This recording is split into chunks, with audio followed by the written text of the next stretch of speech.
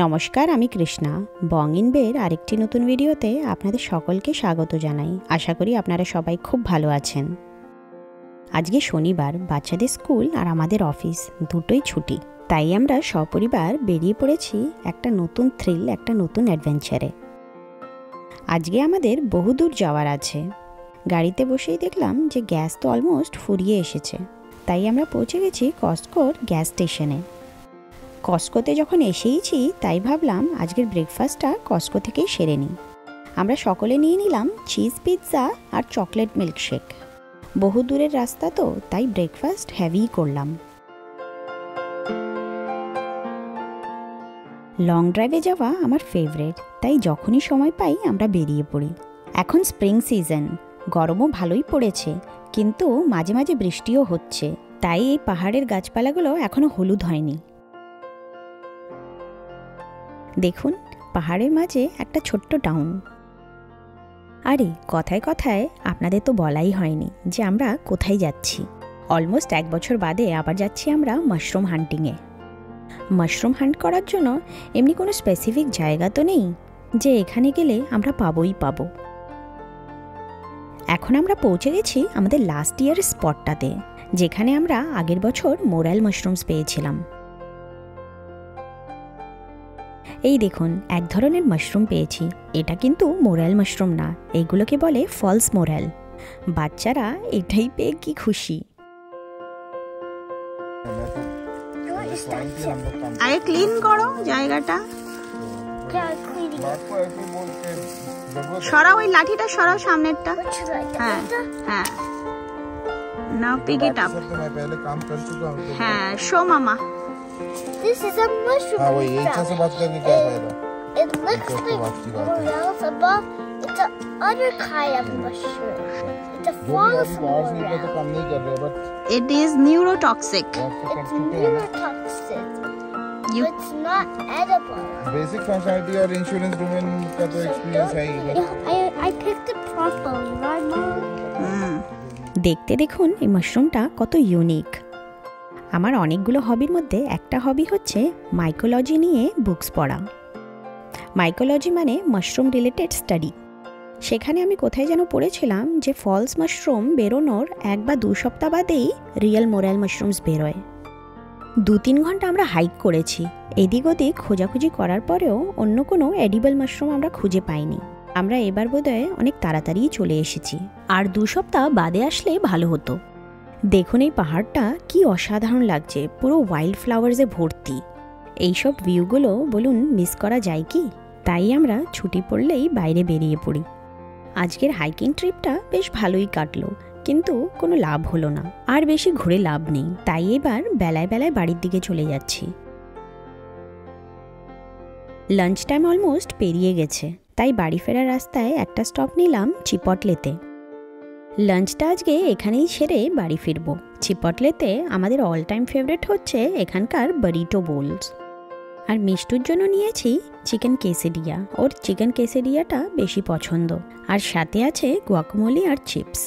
Lunch সেরে এবার আমরা চলে যাচ্ছি বাড়ির থেকে।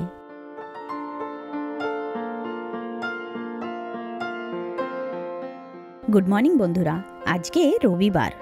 আজকেও আমরা বেরোবো মাশরুম হান্টিং করতে, কিন্তু আজকে আমরা যাব একদম অন্যদিকে।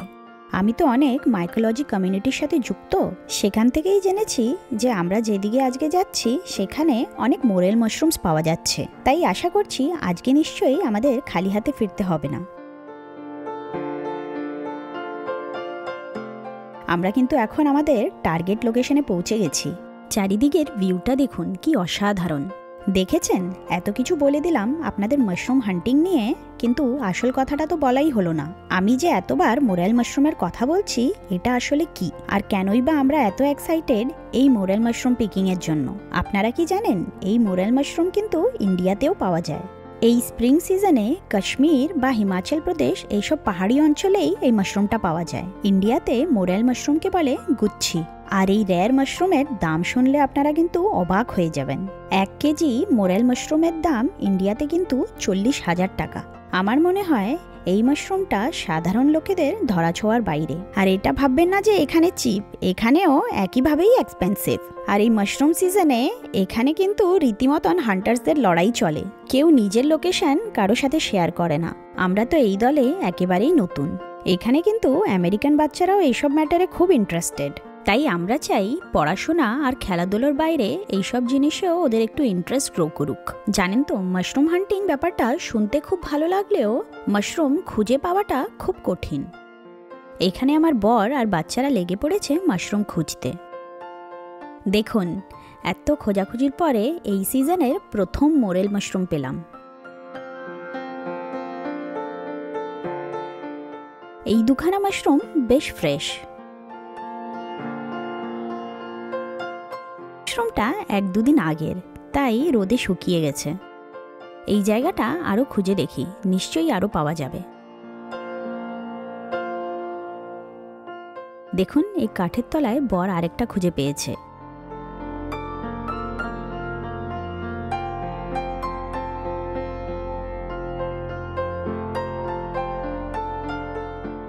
দেখেছেন, আমাদের মতন আরো কত হান্টার্স পেছনে মাশরুম খুঁজে বেড়াচ্ছে।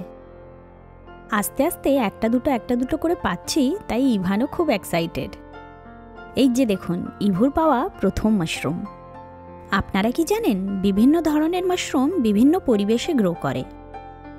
আপনারা কি জানেন, মোরেল, পরচিনি, মাতসুটাকি মাশরুমস পাহাড়ি জায়গায় হাই অল্টিটিউডে হয়। ঠান্ডা জায়গা আর পাইন গাছের জঙ্গল, এরকম পরিবেশ আইডিয়াল এই মাশরুমের জন্য। এই মাশরুমগুলো পাতা এবং ঝোপঝাড়ে অনেক সময় এমনভাবে মিশে থাকে যে চোখের সামনে থাকলেও দেখা যায় না।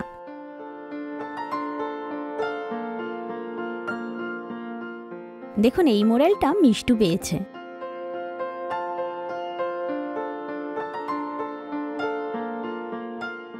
এই দুটো মাশরুম কিন্তু ছোট ছোট। ও বাবা, এই মাশরুমটার সাইজ দেখুন, ম্যাসিভ। আজকে তো আমাদের একেবারে লটারি লেগে গেছে। এই যে এখানে আরো দুটো পেলাম।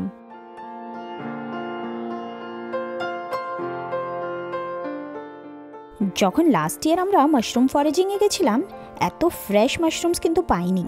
তখন মোরেলস পেয়েছিলাম, কিন্তু সেগুলো ড্রাই হয়ে গেছিল। সেবার আমরা দেরি করে ফেলেছিলাম। এইবার কিন্তু একেবারেই পিক সিজনে এসেছি। এখানে আশেপাশে যে গাছগুলো দেখছেন, এগুলো কিন্তু পাইন গাছ। আর মোরেল মাশরুমস পাইন গাছ যেখানে হয় সেখানেই পাওয়া যায়।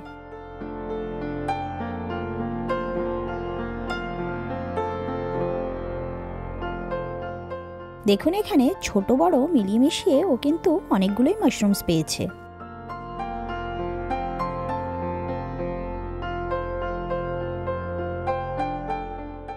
এখানে ইভু আরেকটা পেল। নেটফ্লিক্সে ফ্যান্টাস্টিক ফাঞ্জাই বলে একটা ডকুমেন্টারিও আছে। যদি আপনাদের মাশরুমস ব্যাপারে জানার ইন্টারেস্ট থাকে, ওটা কিন্তু দেখতে পারেন। আমার বেশ ইন্টারেস্টিং লেগেছে। এই স্পটে আমি আরো দুটো পেলাম। যতই মাইকোলজির ব্যাপারে পড়ি, আমি ততই সারপ্রাইজ হয়ে যাই। মাটির তলায় আছে একটা বিশাল বড় নেটওয়ার্ক। সেই নেটওয়ার্কের জালকেই বলে মাইসিলিয়াম।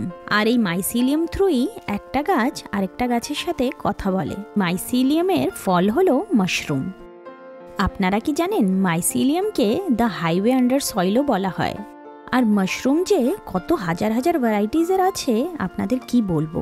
আর এটা তো আপনারা নিশ্চয়ই জানেন যে সব মাশরুম কিন্তু এডিবল হয় না। প্রপার মাশরুম আইডেন্টিফাই না করতে পারলে কিন্তু ভীষণ চাপ। ঠিক করে না চিনতে পেরে যদি কোনো টক্সিক মাশরুম কেউ খেয়ে নেয়, তখন তো সেটার সাইড ইফেক্ট মারাত্মক। আবার অনেক মাশরুমের প্রচুর মেডিসিনাল ইউজও আছে। প্রচুর সায়েন্টিফিক রিসার্চও চলছে এই মাশরুমসের উপরে। লায়ন্স মেন বলে একটা মাশরুম আছে, যেই মাশরুম রিসার্চে পাওয়া গেছে যে ডিমেনশিয়া পেশেন্টের উপরে খুব ভালো কাজ করছে। এই যে এখানে সেই মাশরুমের একটা ছবি আপনাদের সাথে শেয়ার করলাম। যদি আমাদের ফরেজে কোনোদিন এই মাশরুমটা পাই, তখন আপনাদেরকে নিশ্চয়ই দেখাবো। নয় নয় করে আজকে কিন্তু আমরা মাশরুমস কম পাচ্ছি না।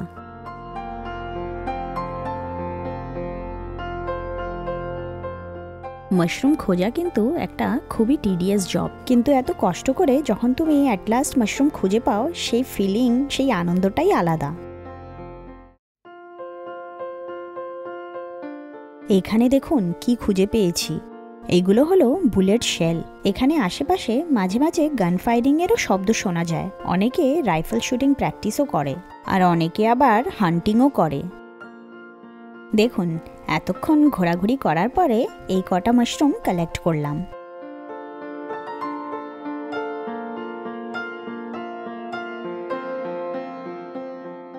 ইভানও একেবারে ফুল ফর্মে আছে দেখছি। একবার মাশরুমসগুলো খুঁজে পেতে শুরু করলে আর থামতে ইচ্ছা করে না।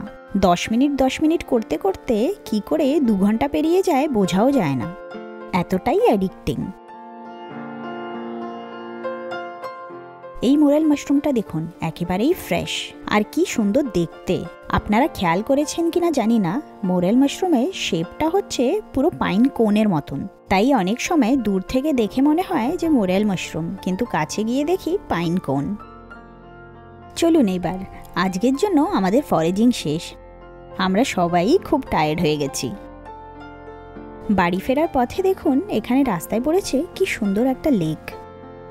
ওই দূরে পিছনে পাহাড়ে দেখেছেন, এখনো বরফ আছে, আর সামনে যত দূর চোখ যায় তত দূরই পাইন গাছের সারি। এই ধরনের অসাধারণ দৃশ্য দেখে একেবারে মন জুড়িয়ে যায়।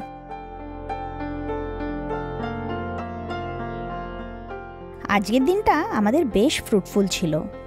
আজকের মতো আমাদের এখানকার কাজ শেষ। চলুন এবার বাড়ির দিকে যাই।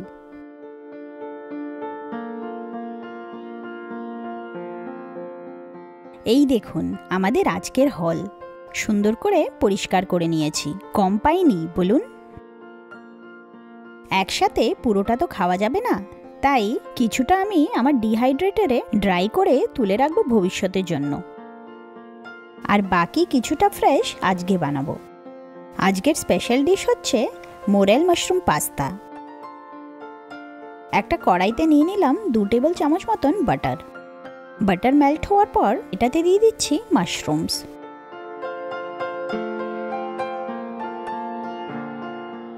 মাশরুমসগুলোকে বাটারে ভালো করে সটে করে নেব। এখন এটাতে দিয়ে দিচ্ছি চপ গার্লিক। আমার হোল কিচেনে এত সুন্দর গন্ধ বেরোচ্ছে যে কি বলবো। বাটার, গার্লিক আর মাশরুমের কম্বিনেশনটা বেশ দারুণ। জাস্ট এমনি সটে করে ব্রেডের ভিতরে দিয়ে খেলেও বেশ দারুণই লাগে। মাশরুমগুলো সুন্দর সটে হয়ে গেছে, এইবার এটাকে বাটিতে তুলে নিচ্ছি। এটাতে আর কোনো এক্সট্রা বাটার অ্যাড করছি না, সেম কড়াইতেই অ্যাড করে নিচ্ছি গাজর, বিনস আর আলু। আমার বরের ফেভারিট সবজি হচ্ছে আলু, সব কিছুতেই একটু আলু দিলেই সে খুশি। সবজিটা সটে হওয়ার পরে এখানেই দিয়ে দিলাম জল। আজকে আমি 1 পট পাস্তাই বানাচ্ছি, তাই জল স্ট্রেন করব না। আপনারা কি এইভাবে বানিয়েছেন পাস্তা? জল আমার ফুটে এসেছে, এটাতে অ্যাড করে দিলাম পাস্তা। একটু মিক্স করার পরে স্বাদ মতন দিয়ে দিচ্ছি নুন। এবারে পাস্তাটা বয়েল হোক। দেখুন পাস্তা আমাদের কি সুন্দর সেদ্ধ হয়ে গেছে, আর জল একেবারেই নেই। একটু ঝালঝাল বানানোর জন্য 2টো কাঁচা লঙ্কা কেটে দিয়ে দিলাম। এবারে অ্যাড করছি অ্যালফ্রেডো সস। এই ব্র্যান্ডের সসটার টেস্ট খুব দারুণ। ভালো করে পাস্তাতে সস মিক্স করে নিলাম। একটু ইন্ডিয়ানাইজ টেস্ট করার জন্য দিয়ে দিচ্ছি কিউমিন পাউডার। এইবারে যাচ্ছে সামান্য গোলমরিচ গুঁড়ো। এখন যাচ্ছে সামান্য চিলি ফ্লেক্স।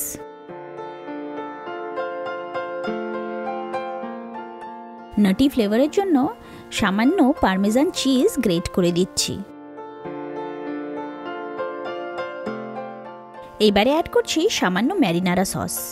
আমাদের বাড়িতে পুরো টমেটো বেস সস পাস্তায় তেমন একটা কেউ পছন্দ করে না, তাই অ্যালফ্রেডো সসের সাথে সামান্য ম্যারিনারা সস মিক্স করে দিই। আপনারা চাইলে একবার ট্রাই করে দেখতে পারেন, দারুণ লাগে কিন্তু। শেষে অ্যাড করে দিচ্ছি ধনেপাতা। আপনারা চাইলে কিন্তু পার্সলেও অ্যাড করতে পারেন।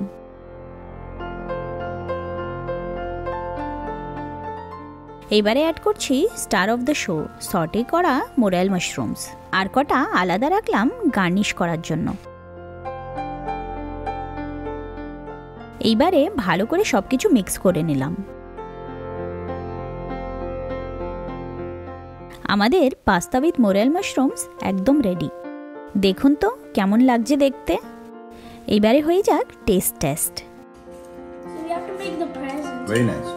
ফ্লেভারটা খুব ভালো। হ্যাঁ ফ্লেভারটা ভালো। হ্যাঁ ভেরি গুড।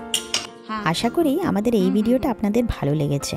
যদি ভালো লেগে থাকে আমার চ্যানেলকে প্লিজ লাইক, কমেন্ট আর সাবস্ক্রাইব করতে ভুলবেন না। দাঁড়াটা মোরেল টাইপ। তাহলে আবার আপনাদের সাথে দেখা হবে আরেকটা নতুন অ্যাডভেঞ্চারে। আপনারা সবাই খুব ভালো থাকবেন। ধন্যবাদ। খুব ভালো, মানে এক্সট্রা ফ্লেভারটা উঠে আসছে। মানে মোরেল, হ্যাঁ ভেরি গুড। পাস্তাটা খুব ভালো যায়।